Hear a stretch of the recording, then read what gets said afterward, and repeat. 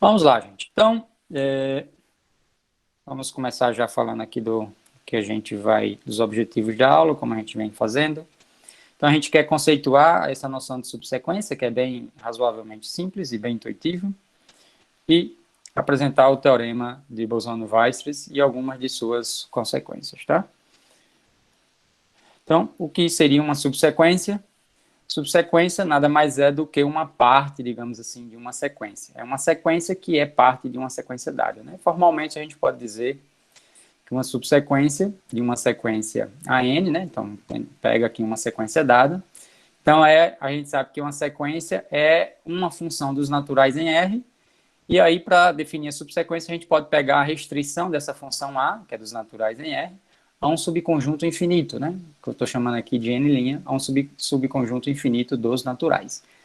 Então, eu vou selecionar alguns índices, digamos assim, daquela sequência original, descartar eles e ficar com os índices restantes, de modo que seja uma quantidade infinita de índices, certo, gente? Então, uma subsequência é uma sequência que é parte de uma sequência dada, tá? E aí aqui a gente exige que os índices, da mesma forma como os naturais estão ordenados, né, o 1 menor que o 2, menor que o 3, né, tem uma numeração dos nossos índices originais da sequência, que é a numeração dos naturais, a gente impõe aqui que quando a gente vai colocar os índices na nossa subsequência, esses índices também estejam ordenados, N1 menor que N2, menor e assim por diante. Ou seja, se I é menor do que J, então o índice associado ao I, o NI, é menor do que o índice NJ, tá? Então, isso é a primeira coisa que a gente exige, que é a forma que a gente já pega o conjunto aqui ordenado, né, dos índices da subsequência. Então, as notações principais aqui que a gente vai usar nesse curso, existem outras notações para subsequência, mas a notação principal aqui que a gente vai colocar, como a gente já vinha usando, né, as sequências de parênteses, a N1, a N2, a NK, né? Então, enfim, isso aqui, lembrando que agora o nosso índice aqui, o que está variando é esse subíndice, é o índice do índice, né? 1, 2, K, isso aqui varia nos naturais, né? E esse N1, N2, NK, né, são esses índices aqui que está no conjunto N', né? Esse conjunto é infinito. E lembrar que um subconjunto dos naturais, que eu estou chamando aqui de N', ser infinito, esse conjunto necessariamente é ilimitado, tá? N' é ilimitado, certo? Todo subconjunto infinito dos naturais é um conjunto ilimitado. Isso vai significar o quê, gente? Que para todo natural que você pegar, qualquer natural que você pegar, um N0, existe, no caso aqui, um NKzinho, né?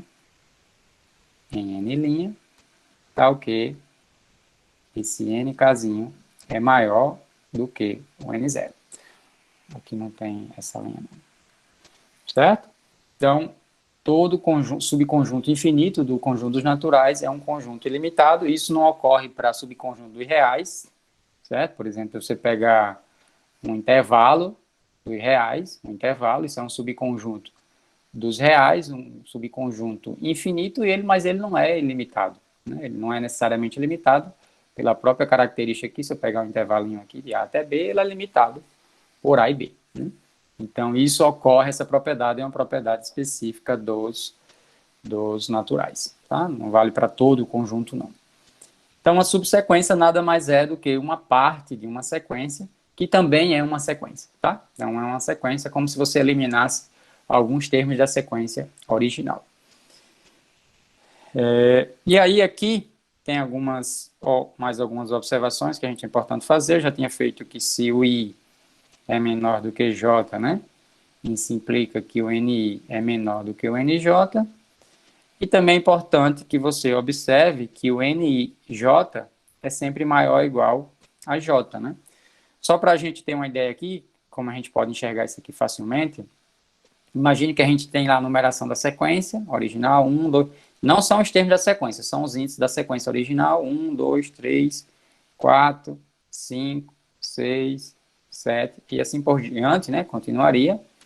E aí eu venho aqui na minha sequência, e aquilo que eu disse para você, vou eliminar alguns termos daquela sequência, ou seja, o termo associado, o primeiro termo da sequência eu vou eliminar, digamos, a N1, vou eliminar também o quarto termo, vou eliminar o sétimo termo, e aí, enfim, continuaria nessas eliminação, e aí aqui minha sequência, nova sequência, seria, aqui seria meu N1,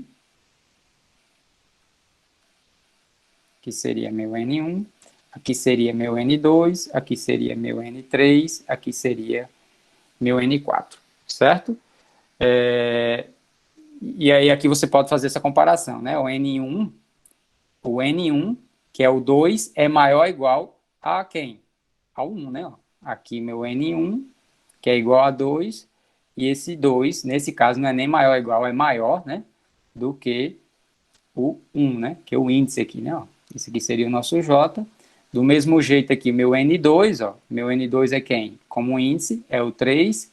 E o 3 aqui, obviamente, é maior do que o índice 2.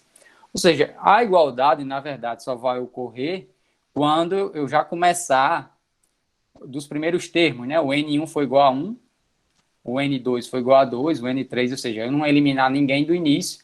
A partir de um certo momento, todos os termos são iguais, né? Todos os índices são iguais. Então, eu estou pegando os mesmos termos no início da subsequência, como sendo os termos da sequência.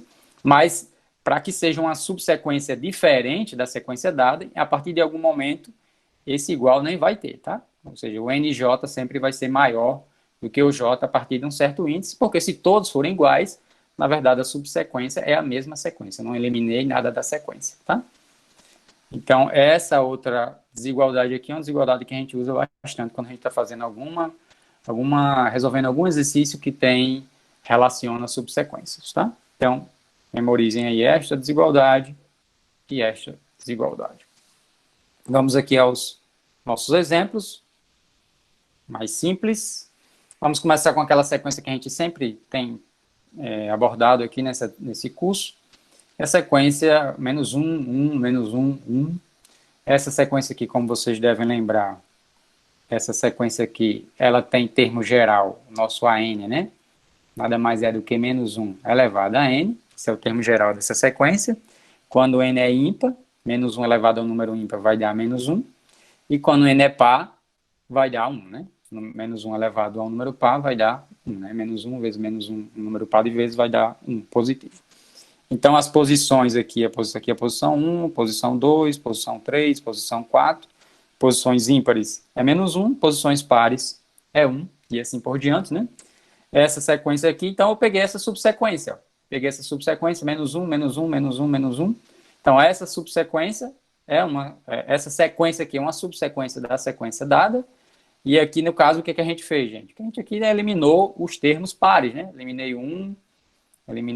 as posições pares, né? Os termos relacionados às posições pares, ficou só as posições ímpares. Então, todas, né? Eliminei todas aqui no caso, se a sequência continuou. Então, essa minha sequência aqui, para esta sequência, o meu N1 é quem? Quem é o meu primeiro índice aqui? Meu primeiro índice é o 1. Né? Então, aqui, nesse caso, o N1 é maior ou igual a 1, no caso, é igual a 1, né? O meu segundo índice é quem, gente? Meu N2 aqui já vai ser quem? Não é o 2, e sim o índice 3. Meu N3, né? O terceiro índice dessa minha nova sequência não é o 4, tá, gente? E vai ser o 5 e assim por diante, né? Tá vendo? Como você pode perceber aqui, meu NJ é maior ou igual ao índice J.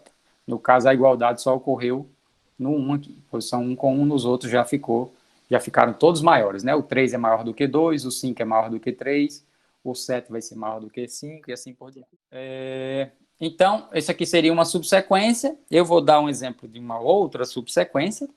Aí aqui agora eu selecionei 1, então descartei aqui, no caso eu descartei esses camaradas, né? Descartei os termos que estão na posição ímpares, 1, 3, 5, assim por diante, ou seja, selecionei aqui só as posições pares, deixei só as posições pares, que a sequência aqui é a sequência constante menos 1, aqui é a sequência constante menos 1 e aqui é a sequência constante 1, né?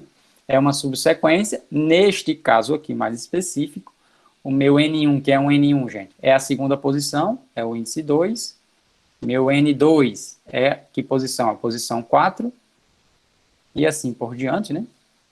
Esses são nossa nova numeração. Se você observar também, neste caso aqui, o NJ, nesse caso específico, é estritamente maior do que J, para todo J, né? Para todo um desses aqui, ó. O 2 é maior do que 1, o 4 é maior do que 2, o 6 aqui seria maior do que 3 e assim por diante, né? Na verdade aqui, o NJ, só para você, a gente até consegue uma expressão, é 2 vezes J, né? Esse número aqui é 2 vezes esse número aqui é 2 vezes esse e assim por diante, né? Porque eu selecionei só os índices pares, né? Então, essa sequência, essa primeira sequência aqui, ó, eu selecionei quem? Eu selecionei o A1, o A3, A2K menos 1, né? Ou seja, eu selecionei só os índices ímpares, e esta outra sequência aqui, eu selecionei só os pares, os termos pares, A2, A4, A2K, A2K e assim por diante. São subsequências da sequência dada. Aqui nesse caso eu fiz uma partição dos naturais nos pares e nos ímpares, né? Mas não quer dizer que para ser uma subsequência você sempre precise fazer esse tipo de partição. O importante é que tenha infinitos termos aqui, tá? E aí eu vou pegar uma terceira subsequência, que é diferente das duas primeiras, né? Se você olhar aqui, eu peguei aqui o primeiro termo, selecionei esse primeiro, e aí depois eu peguei só as posições pares. E aqui eu quero que vocês percebam uma propriedade interessante, que a gente vai provar daqui a pouco, é que essa sequência aqui, é uma sequência que, como eu falei aqui no início, a gente já tinha trabalhado ela algumas vezes nesse curso, e a gente usou esse exemplo de sequência como exemplo de uma sequência que é uma sequência limitada que não converge. Tá? Essa aqui é um exemplo de uma sequência limitada que não converge, porque a gente mostrou que toda sequência que converge é uma sequência limitada. E a gente sempre faz a pergunta no sentido inverso, né? Será que toda sequência que é uma sequência limitada converge, ou seja, vale a recíproca? E esse exemplozinho aqui foi o exemplozinho que a gente usou para mostrar que não vale a recíproca, porque isso é um exemplo de uma sequência limitada, mas não converge, tá? Mas, se você olhar, embora essa sequência aqui não seja uma sequência convergente, a gente encontrou 3 subsequências dessa sequência aqui, que são sequências convergentes. Essa sequência aqui é a sequência constante menos 1, ela obviamente converge para menos 1. Essa outra sequência é uma sequência constante 1, também converge para 1. E essa outra sequência, embora ela não seja sequência constante, porque esse menos 1 é diferente dos outros termos, mas também é uma sequência que converge para 1. Então, essas duas sequências aqui, elas são diferentes, mas elas têm o mesmo limite, tá? Ambas convergem para 1. Então, dessa sequência que não converge, essa sequência aqui, que é a sequência onde o termo geral é menos 1 elevado a n, ela não é uma sequência convergente, mas eu encontrei 3 subsequências dela que convergem, e essa propriedade a gente vai ver que é verdadeira para qualquer sequência que seja limitada. Ou seja, embora nem toda sequência limitada seja convergente, a gente viu que isso ocorre no caso quando a sequência é limitada é monótona, mas se ela for só limitada, se ela não for monótona, essa aqui é um exemplo de uma sequência que não é monótona, ela, embora ela não convirja, a gente sabe que, a gente vai mostrar aqui que é possível encontrar pelo menos uma subsequência dela, que é uma subsequência convergente. Isso é justamente o teorema de Bolzano-Weierstrass, tá? Teorema aí que o principal resultado aqui desta aula. Então, esse exemplozinho também já meio que adianta o que a gente vai ver para frente.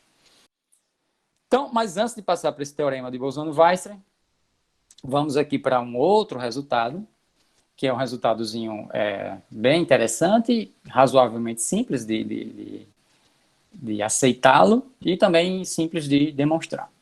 Então, aqui diz o seguinte, você tem uma sequência que converge, uma sequência n, que converge para um número L, e a nk, uma subsequência de an, então a gente pode concluir duas coisas, que essa subsequência também converge e ela converge para o mesmo número L, certo?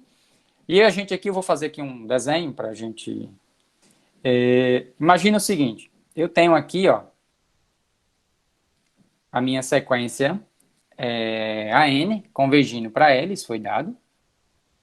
Então, o que é que a gente sabe? Se eu tenho uma sequência que converge para L, para todo o epsilon que eu pegar, ou seja, para todo intervalo que eu pegar aqui ao redor de L, todo intervalinho aberto aqui, ou seja, todo intervalo centrado em L, raio epsilon, praticamente todos os termos da sequência dada estão aqui dentro. Ou seja, quase todos os termos da sequência, quase todos os AN, estão nesse intervalo no sentido... Como é que a gente pode traduzir isso? Significa o seguinte, que a partir de um certo momento, ou seja, a partir de um certo índice, todos os termos da sequência estão aqui dentro e fora desse intervalo existe no máximo uma quantidade infinita de termos. Esse argumento que eu acabei de falar aqui é um argumento que a gente usou várias vezes aqui para demonstrar alguns resultados sobre sequência. Ou seja, é um raciocínio muito comum e que ajuda muito na hora de você entender o resultado antes mesmo de você fazer a prova, né? E também serve como justificativa.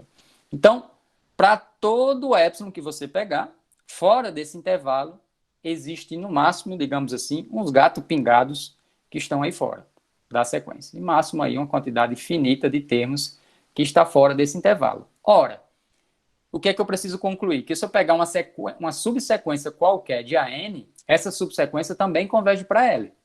E por que ela vai convergir para L? Ora, para eu verificar que essa subsequência converge para L, eu preciso ver que para um dado epsilon, quase todos os termos dessa subsequência estão aqui perto do L. Né? Ou seja, exceto uma quantidade finita de termos da subsequência, estaria fora desse intervalo. E obviamente que isso é verdade, porque se fora desse intervalo existe no máximo uma quantidade de termos da sequência original, para a subsequência vai ter que acontecer o mesmo, né? Porque se na subsequência tivesse infinitos termos da subsequência que fosse fora desse intervalo, esses termos da subsequência são termos da sequência.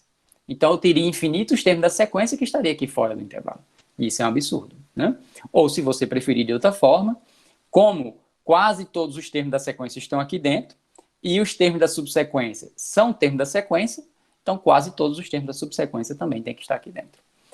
Então, ou seja, é muito fácil se convencer que a subsequência qualquer de uma sequência convergente é convergente, e não apenas isso. Ela não vai convergir para um número diferente, tem que ser para o mesmo L.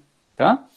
Então, vamos tentar escrever isso aqui de forma mais precisa. Poderia escrever isso dessa forma, como eu falei aqui, mas a gente pode escrever na nossa linguagem que a gente vem trabalhando, né? Então, dado epsilon positivo, por AN convergir para L, o que a gente sabe? Existe um N0 em N, tal que se meu N for maior do que o N0, a distância do AN até esse L é menor do que o epsilon dado. O epsilon ficou muito feio, né? Menor do que o epsilon dado, certo? Então, isso é puramente a definição da sequência N convergir para L, né? Então, como aqui esses aqui eu vou chamar, fazer aqui um parênteses, meu N' lá, onde o K é natural, isso aqui é um subconjunto dos naturais, infinito, né? Subconjunto infinito, que é os índices da subsequência. Por esse subconjunto ser infinito, como a gente já chamou a atenção, então posso escolho um naturalzinho, um K, tal que, ó, meu NK é estritamente maior do que N0. Posso escolher sempre, ou seja, a partir de um certo momento, e lembrando que aqui está na ordem também, né? Se o K é maior do que um J, então o NK é maior do que NJ, né? Esses caras estão ordenados também, os índices, né? Da mesma forma que os índices originais estão ordenados, esses também estão ordenados. E aí, acabou, né? Se o NK, logo, vou ter que vir aqui para baixo, tá? Se o NK é maior do que N0, eu posso usar a minha desigualdade aqui, né? Isso vale para todo natural maior do que N0. Então, meu A, N, quem? O índice, K, menos L, é menor do que epsilon. Então, de fato, a minha subsequência, isso aqui, esse K dado, para um K dado, né? Eu encontrei um K, onde NK é maior do que N0, e isso aqui, por estrela, né? Por estrela, o ANK menos L é menor do que epsilon. Então, se eu tenho uma sequência que converge para L, as subsequências também convergem, e não apenas isso, convergem para o mesmo elo, certo? Vamos lá. O que é que diz o teorema de Bolzano-Weiss? Eu já tinha dito lá atrás, e vou só escrevi aqui, mas o que a gente quer aqui fazer é entender a demonstração desse teorema e ver como é que a gente pode utilizar para resolver problemas relacionados às subsequências e sequências de forma geral. Então, o teorema diz o seguinte: toda sequência limitada de números reais possui uma subsequência convergente. Tá? A sequência limitada, a gente já sabe que ela não é necessariamente uma sequência convergente, mas o que diz o teorema de Bolzano-Weiss é que, embora ela possa até não ser convergente, ela possui uma subsequência convergente. Tá? Esse é o teorema. Vamos ver aqui como é que a gente demonstra esse teorema. Eu vou começar aqui fazendo em rabisco para mostrar a ideia da prova para vocês. Então, vamos fazer o seguinte. A sequência limitada, vamos pegar a nossa famosa reta aqui, reais. A sequência limitada significa que tem aqui um intervalinho. Vou chamar aqui de AB. Intervalinho AB. Onde todos os termos da sequência estão aqui dentro. Certo? Esse intervalo eu vou chamar aqui do intervalo I. Certo? E eu vou dizer que o comprimento desse intervalo I é um número real aqui, C. Certo? Esse comprimento aí, comprimento C, um comprimento finito, né? Um número real, positivo. E isso aqui eu garanto que todos os termos da sequência estão aí dentro. Isso é puramente a definição de uma sequência C limitada. Existe um intervalinho fechado e limitado, onde todos os termos da sequência estão aí dentro. Ok? E aí, como é que a gente vai construir aqui? A partir disto, eu vou construir uma subsequência da sequência dada. Estou chamando aqui minha sequência de AN. Acho que eu vou mudar esses índices aqui, esses extremos, para não confundir o A e o B ali. Vou chamar de y, x e y. Tá? Como é que a gente vai construir uma subsequência? Existe mais de uma forma de demonstrar esse teorema. Na verdade, existe, pelo menos eu conheço 3 formas de demonstrar esse teorema, mas eu vou usar aqui o famoso teorema dos intervalos encaixados, mas existem outras formas de fazer isso. O Elon, por exemplo, vou só a título do exemplo, o Elon demonstra isso mostrando o seguinte, que ele encontra, dado uma sequência, ele constrói uma subsequência que é uma subsequência monótona. Como subsequência de uma sequência limitada é ainda limitada, certo? Se a sequência como um todo é limitada, uma parte dela continua sendo limitada. E aí usa o teorema que toda sequência limitada, que é monótona, é uma sequência convergente. E aí ele mostrou que toda sequência limitada possui uma subsequência convergente. Ou seja, ele constrói uma subsequência que é uma subsequência monótona. Por ela já ser limitada, monótona mais limitada, é convergente. O que eu vou fazer aqui é um pouco diferente. Eu vou construir já diretamente. Essa ideia aqui é a ideia, por exemplo, que Geraldo Ávila faz no livro dele. Eu vou construir uma sequência, uma subsequência, que essa subsequência já converge. Essa subsequência aqui não é necessariamente monótona. É bem diferente da ideia feita aqui por ela, tá? Então você pode dizer que são 2 demonstrações diferentes e tem outras demonstrações também. Então vamos lá. Então qual é a ideia? A ideia aqui eu vou fazer o seguinte, a gente vai quebrar esse intervalo em 2 intervalos, certo? Na metade mesmo. Vou construir 2 subintervalos aqui, ó. Vem daqui até aqui, vou dividir esse intervalo dado em 2 subintervalos de mesmo comprimento, certo? E aí, eu sei que todos os termos da sequência estão aqui no todo, no intervalo todo. E eu posso garantir que em alguma dessas partes, desses 2 subintervalos aqui do intervalo dado, algum desses 2, pode até ser que sejam nos 2, mas algum desses 2 subintervalos, eles contêm infinitos termos da sequência dada. Digamos que seja esse aqui da esquerda. Eu vou chamar esse intervalo de 1. Então, se você observar aqui, eu já tenho o meu I, que foi o intervalo dado. Esse meu intervalo I contém o intervalo I1. E esse I1 eu estou escolhendo de modo que nesse trecho aqui tem infinitos termos da sequência. Professor, mas se não tiver nesse, com certeza vai estar no outro trecho. Então, aí você escolhe o outro intervalo, certo? E se tiver os 2, se aqui tiver infinitos termos e aqui tiver infinitos termos, eu escolho qual? Qualquer um dos 2. Não vai mudar em nada o raciocínio, tá? Então, esse I1 é feito de modo que tenha infinitos termos da sequência em I1. E aí, o que é que eu faço? E note que aqui esse I1 não é qualquer. O comprimento de I1, o comprimento de 1 é a metade, esse módulo que a gente coloca aqui no intervalo, é para representar o comprimento do intervalo, tá? Lembrando que o comprimento do intervalo é esse número menos esse, ou o módulo desse número menos esse, tanto faz. Como esse aqui é C e esse aqui é metade, o comprimento desse intervalo é C sobre 2. Certo? E aí eu vou repetir o procedimento. Agora, que eu já sei que tem infinitos termos da sequência aqui, eu vou quebrar esse intervalo em 2 subintervalos, certo? 2 subintervalos. E para esses 2 subintervalos, como aqui tem infinitos termos da sequência, esses infinitos termos aqui, ou aqui vai ter infinitos termos, ou nesse outro texto também tem infinitos termos, em algum dos dois. E o raciocínio é exatamente o mesmo como a gente procedeu lá. Digamos que seja esse. Então, esse aqui, só para não achar que sempre está à esquerda, que eu vou pegar isso aqui à direita, e 2. E aqui 2 é um subintervalo de 1, isto aqui contém o meu I2, certo? Esse 2 tem que propriedade? O comprimento dele é a metade desse comprimento, então é C sobre 4, ou seja, 2 ao quadrado, certo? E, além disso, aqui dentro desse intervalo, desse subintervalo, existem infinitos termos da sequência. E eu continuo dessa forma, de forma indefinida, e eu sei que isso aqui nunca vai parar. Por que nunca vai parar? Porque sempre eu estou pegando aquele subintervalo que contém infinitos termos, certo? Então, isso aqui está contido no IK, contido não, contém e assim por diante.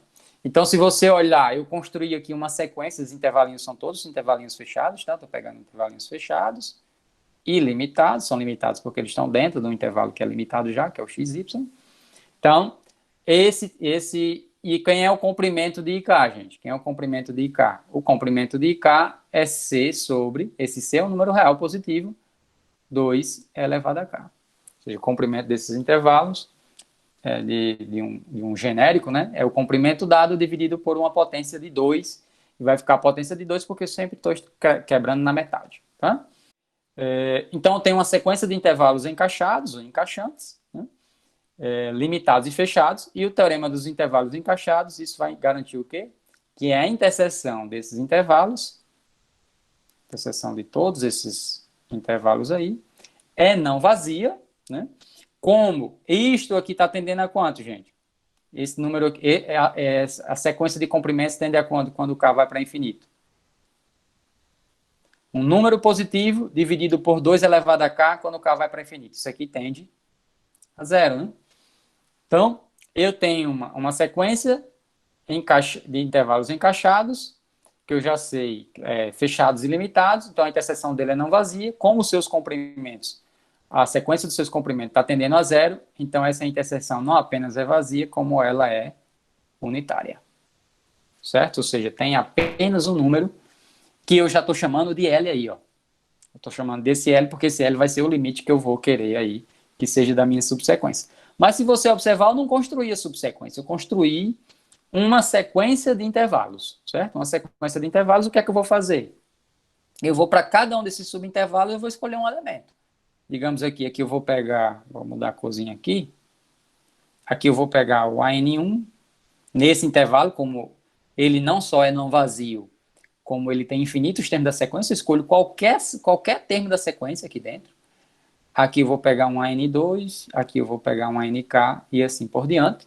Então, em cada um desses subintervalos, que esses são os intervalos como a gente definiu há pouco, eles possuem infinitos termos da sequência, e eu escolho qualquer um deles. Eu vou chamar um deles de AN1, outro de AN2, ANK e assim por diante. E aí o que eu vou mostrar aqui para vocês, que é, digamos assim, o núcleo, a dificuldade que existe aqui é mostrar que essa subsequência escolhida dessa forma, e note que vai ter várias subsequências, porque eu escolhi a N1 como sendo um determinado número, alguém poderia chegar a escolher um outro termo, mas o fato é que qualquer dessas subsequências, elas vão sempre convergir para L, tá? Embora eu não tenha essa informação sobre a sequência dada. Mas eu consegui um número real L, certo?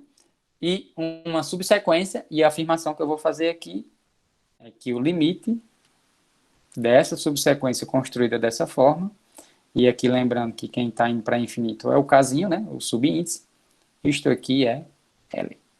É isso que a gente vai demonstrar. Dado o epsilon positivo, escolha aquele camarada lá, já vou dizer quem é, escolha N, vou botar um N maiúsculo aqui, tá? Escolha N natural, tá ok? C sobre 2 elevado a N é menor do que epsilon. E aí a pergunta, professor, por que a gente pode garantir que existe esse N com essa propriedade? Né? Essa primeira pergunta que a gente vai fazer aqui. Isso é razoavelmente simples da gente entender por que isso funciona. Lembrando que aqui é o que, gente? Esse número aqui, C sobre 2 elevado a N, é um comprimento de um daqueles intervalos lá. Tá? Daquele subintervalo, isso aqui seria o comprimento do intervalo IN, onde esse N é o N maiúsculo aqui, tá? Isso aqui acontece, gente, porque eu sei que essa sequência de números aqui, C sobre 2, C sobre 2 ao quadrado, C sobre 2 à terceira, C sobre 2 à quarta, ela converge para zero. Se converge para zero, a diferença entre esse número, que é um número positivo, e zero, é menor do que epsilon para todo epsilon a partir de um certo momento. Então, garanto que existe esse N, onde, a partir de um certo momento, C sobre 2 elevado a N é menor que epsilon. Acho que nem aqui vai caber, tá? Logo, o que é que eu sei aqui, ó? IM está contido em quem? Em L menos epsilon, L mais epsilon, para todo M que seja maior ou igual a esse N aí. E por que agora isso, né, gente? Ora, esse IM aqui, esse IM aqui é um daqueles intervalos lá que a gente construiu há pouco, e se o M é maior, Mzinho é maior do que esse N, significa que esse intervalo aqui, ó, esse M está contido aonde? Esse M está contido no IN, né? Lembrando que as nossas continências lá era assim, né? N mais 1 e assim vai, né? E esse Mzinho aqui é um M que é maior ou igual a N. Então, esse camarada está contido neste. Quem é o comprimento desse intervalo aqui, gente? Quem é o comprimento desse intervalo? O comprimento desse intervalo é C sobre 2 elevado a N. E eu estou dizendo que o comprimento desse intervalo é menor do que epsilon. Então, esse intervalo tem que estar aqui dentro, né? L menos epsilon, L mais epsilon. Tá? Então, esse IMzinho, vou apagar isso aqui, é só a justificativa deste fato aí acima. Esse IM está contido nessa forma para todo Mzinho que a gente pegar maior ou igual a este N. Ou seja, quando eu vou aumentando, lembrando que esses intervalinhos vão diminuindo, e aí esses camaradas todos vão estar dentro um do outro, em particular, como este, o primeiro, já está aqui dentro, todos os outros vão estar aqui dentro, né? Em L menos epsilon, L mais epsilon. Portanto, para J maior do que este N aí, e aí o que é que a gente sabe, gente? Para J maior do que esse N, o meu NJ, que é o índice da nossa sequência, né? Um NJ, é maior do que quem? NJ, na verdade, é maior ou igual a J, né? Já viu, né? Que o índice da subsequência é maior ou igual ao índice da sequência. E como esse J aqui é maior do que N, NJ vai ser maior do que este N. Então, esse NJ aqui tem essa propriedade, né? Do Mzinho ser maior do que N. Esse Mzinho seria um NJ da vida aí, né? E logo, para isso aqui, tem isso. E assim, aí eu vou usar essa propriedade aqui. Meu INJ. Meu INJ está contido aonde? Está contido em L menos epsilon, L mais epsilon. Esse NJ aqui, gente, seria esse Mzinho aqui. Essa propriedade é para todo Mzinho. Eu achei um índice da subsequência que tem essa propriedade, na verdade é para todo, qualquer que seja o J maior do que esse N, vale isso. E quem é que está aqui nesse intervalo, gente? Quem é o termo da sequência que eu escolho em INJ? O termo que a gente escolhe aqui, ó, é justamente o ANJ. Então, para todo J que seja maior do que esse N dado, eu mostrei aqui que meu termo ANJ pertence a esse intervalo, L menos epsilon, L mais epsilon, e isto aqui significa o quê? Significa que a distância de ANJ menos L é menor do que epsilon. Isso para todo J maior do que esse N. Então, só recapitulando aqui, a gente encontrou, dado um epsilon, eu encontrei um N natural, de modo que se eu pegar um J maior do que esse N, mostramos que o termo ANJ, na verdade mostrou isso aqui, que ANJ menos L é menor do que epsilon. E isso aqui é justamente mostrar que a sequência, subsequência, na verdade, que é uma sequência, né, converge para L. Certo? Então, a ideia basicamente foi construir uma sequência de intervalos. Eu vou voltar lá para o nosso ambiente que a gente tinha. Uma sequência limitada. Essa sequência está dentro de um intervalo, né, limitado e fechado, que é a definição de ser uma sequência ser limitada. E aí eu saí fazendo a bissecção, essa construção aqui é bissecção, quebrando na metade esses intervalos, de modo que cada um desses subintervalos tem a metade do comprimento do intervalo dado. E aí apliquei o teorema dos intervalos encaixados, ou encaixantes, né? Essa interseção não vazia de todos esses caras, como o comprimento desses intervalos tende a zero, então essa interseção é um conjunto unitário. E aí, como esses intervalos aqui, cada um deles tem infinitos termos, eu posso sempre escolher algum termo da sequência lá dentro, que eu estou fazendo essa renumeração, que é justamente a subsequência, e o que a gente acabou de escrever aqui foi a prova de que essa subsequência converge para esse L aqui, que é o termo que é comum a todos os subintervalos. Tá? E isso é o teorema de Bolzano-Weierstrass, tá, gente? Vamos ver como é que a gente pode aplicar esse resultado aqui. Vamos resolver aqui 3 probleminhas. Temos aí meia hora, eu acho que dá para resolver esses 3 probleminhas aí. O primeiro exercício diz o seguinte, gente, toda sequência convergente possui um único valor de aderência. Né? Que danado é valor de aderência, né? Esse cara chegou com outro termo aqui, mas é muito simples definir aqui valor de aderência, por isso que eu coloquei, não tinha definido antes. Valor de aderência, gente, nada mais é do que um número real para o qual o valor de aderência de uma sequência é um número real para o qual aquela sequência possui uma subsequência convergindo para esse número. Tá?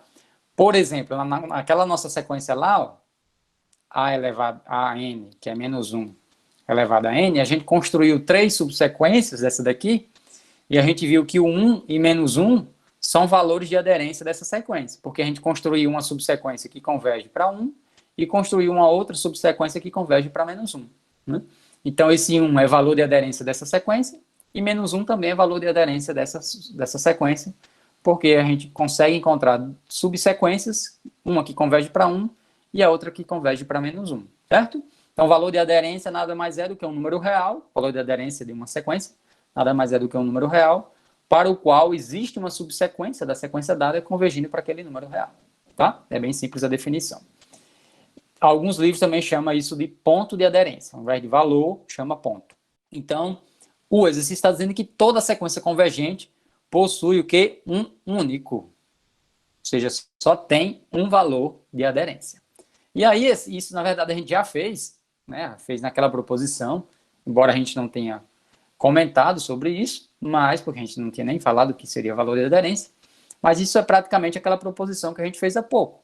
Por quê, gente? A proposição diz o seguinte, dada uma sequência convergente, toda subsequência da sequência converge, e converge para onde? Para o mesmo L. Foi esta a proposição aqui, ó.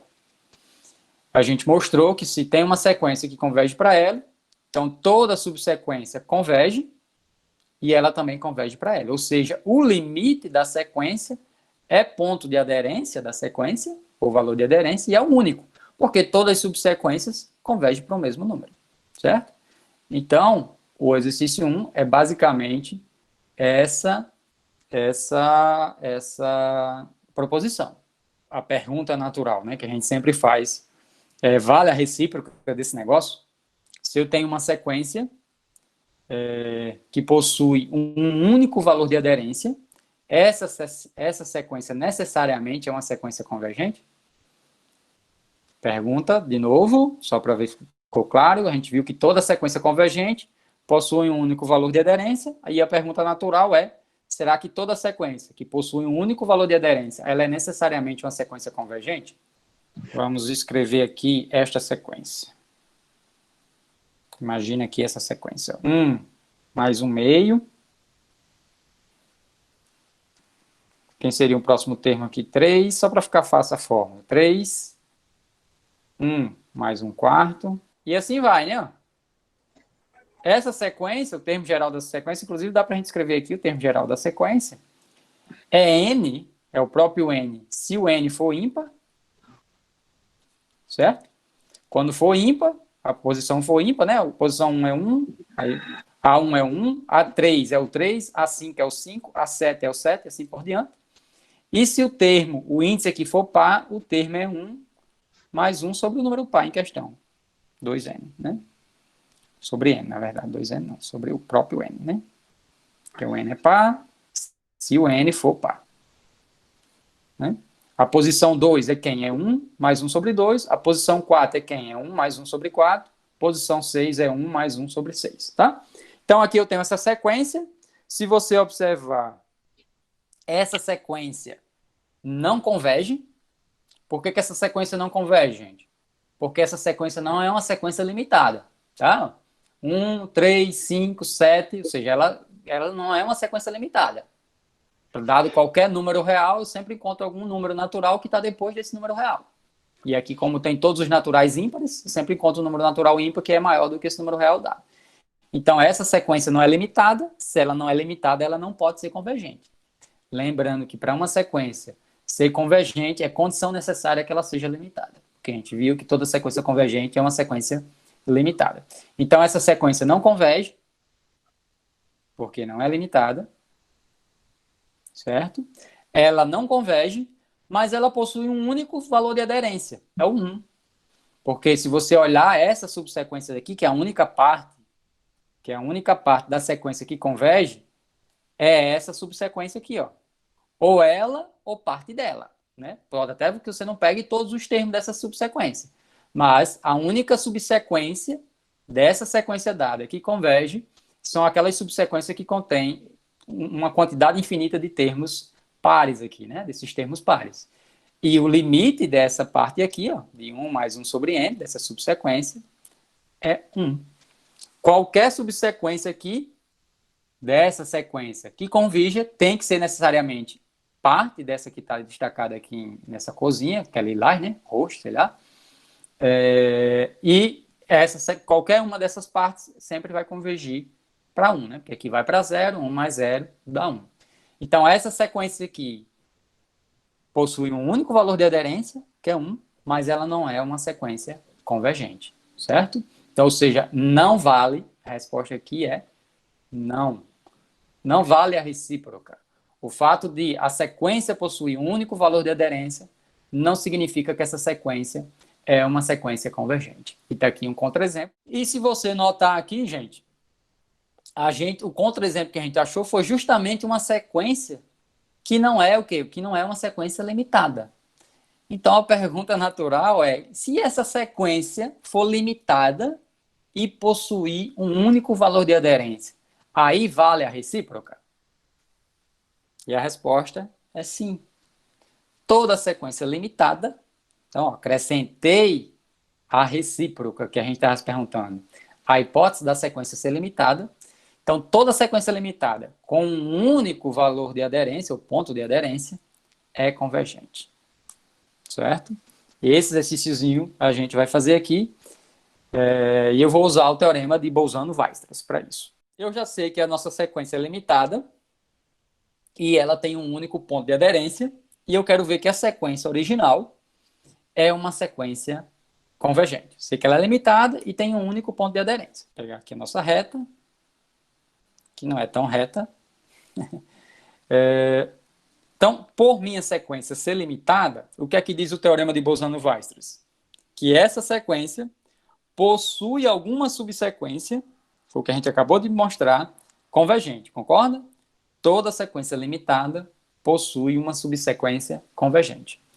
Então, digamos que a nossa sequência original é a n. Essa é a sequência original. Bolzano-Weierstrass. O que é que diz Bolzano-Weierstrass? Aqui LTDA, uma sequência não é qualquer, ela precisa ser limitada. Bolzano-Weierstrass garante que existe uma subsequência, que eu vou chamar aqui de ANK, convergente. Certo? Existe essa subsequência convergente. Aqui em K. Meu índice aqui agora é K, tá? Existe uma subsequência convergente. Se ela converge para algum número L. Convergiu aí para um número L, eu estou marcando esse L Esse L, lembrando, é o limite aqui, onde ANL, ANK converge para L, tá? É o limite da subsequência que existe pelo teorema de Bosano-Weierstrass. E aí, obviamente, como eu quero mostrar que a sequência é limitada, um único número que eu já sei aqui é o L. Eu preciso verificar que a minha sequência original converge, e aí o número que me resta aqui seria quem? O L. E note que não poderia ser algo diferente de L se a sequência convergisse, porque, de novo, usando a proposição que a gente usou aqui, se uma subsequência converge para L, se a sequência original convergir, ela tem que ser para L. Porque os limites das subsequências têm que ser o mesmo da sequência, caso ele exista. Então, é bem natural que a gente tente mostrar aqui que a minha sequência dada converge para L. Como é que a gente verifica isso? Né? E a ideia é bem simples. Aqui o que é que acontece? Esse L é o limite da subsequência, e o que eu estou querendo convencer vocês aqui é que esse L aqui também vai ser limite da sequência dada. Tá? Por quê, gente? Como é que a gente argumenta para demonstrar isso? Digamos que para algum epsilon, digamos que existisse um epsilon aí, suponha que exista epsilon, algum epsilon que eu vou até chamar de epsilon zero, positivo, tá o que, gente? Uma sequência convergir para L significa uma sequência, não uma subsequência aqui, por enquanto, a sequência. Significa que quase todos os termos, olha lá de novo, usando o mesmo raciocínio, quase todos os termos da sequência estariam aqui dentro. No sentido de que, fora desse intervalo, para qualquer epsilon, existe no máximo uma quantidade finita de termos da sequência AN que estaria fora desse intervalo. Se a minha sequência AN não convergir para L, suponha por absurdo que a nossa sequência AN não converge para L, então existe algum epsilon zero, ou seja, existe algum desses intervalinhos aí centrado em L, certo? Existe algum desses intervalos onde fora desse intervalo existe mais do que finitos termos, ou seja, existe infinitos termos da sequência que está aqui fora. Significa que para aqui fora desse intervalo tem infinitos termos da sequência. Fora, aqui há n's, infinitos. Fora do intervalo. Ou seja, tá o quê? Vou retomar aqui, tá o quê? Isto aqui, ó, menos o intervalo, L menos epsilon zero, L mais epsilon zero, possui infinitos termos da sequência, certo? Da sequência original. E onde é que está o absurdo nisso aí, gente? Ora, se fora desse intervalinho eu tenho infinitos termos da sequência, esses infinitos termos da sequência continua sendo uma sequência limitada, porque é uma parte da sequência, como a sequência como um todo é limitada, qualquer de suas partes continua sendo limitada, tá? E aí eu vou aplicar o teorema de Bolzano-Weierstrass de novo para dizer que para essa subsequência, que são essas partes que estão fora, para essa subsequência, que é uma sequência limitada, ela possui o quê? Uma subsequência convergente, porque toda sequência limitada possui subsequência convergente. Então, construir uma subsequência aqui fora, estaria construindo uma subsequência que é limitada pelo teorema de Bolzano-Weierstrass. Essa subsequência possui uma subsequência, seria a subsequência da subsequência que converge. E converge para onde, gente? Para alguém que não é o L. Porque estão fora desse intervalo, não pode ser esse L. Né? E aí eu teria o quê? Um limite que seria um limite diferente de L. E o absurdo está em quê? Porque esse L é um único ponto de aderência. Vou repetir o raciocínio. Se tivesse fora desse intervalo infinitos, suponha que por absurdo, fora desse intervalo, L menos epsilon zero, L mais epsilon zero, existisse infinitos termos da sequência original. Certo? Se isso acontece, essa subsequência, que eu estou dizendo, essa nova subsequência, que eu posso até chamar de uns BNs aí, que são os caras que estão fora desse intervalo, é uma sequência, que é uma subsequência da sequência dada, também é limitada, aplica o teorema de Bolzano-Weierstrass para essa nova subsequência, que é limitada. Para essa subsequência, existe uma BNK, que é uma subsequência dessa, que converge. Esse é o teorema de Bolzano-Weierstrass. Ora, mas se essa subsequência converge, ela tem que convergir para L. Porque subsequência de subsequência é subsequência da sequência dada, a N. e a gente viu que o único ponto de aderência da sequência dada é L. Mas, obviamente, que essa sequência não converge para L, porque os termos estão todos distantes de L, né? Estão fora desse intervalinho aqui. Né?